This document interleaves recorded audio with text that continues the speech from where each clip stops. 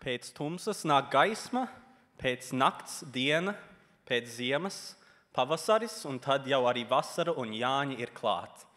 The Latvian summer solstice, Jāņi, is a celebration of light's victory over darkness, celebrated on the year's longest day. And in the year's shortest night, it's said that both good and bad forces and spirits linger around us. To keep evil forces at bay and help good prevail, Latvians come together, weave flower crowns, light bonfires on hilltops, and stay awake, guarding the night with joy and singing during the darkest hours to protect and enchant deities for prosperity and our well-being. And there's this magical moment when solstice bonfires ignite one by one all over the Latvian countryside. Hill by hill, home by home, a chain of flames connects us. One spark becomes many, one song becomes a chorus.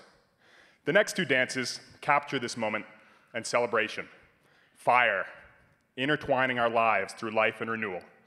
They honor the light within us, the rhythm between us, and the sacred power of gathering.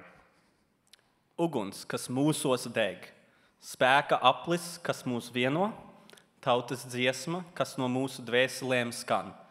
Kopība. Jūs, es, mēs, Jāņu vakaru un Jāņu maģijas gaidās, te uguņi, tur uguņi un iedzirkstīties.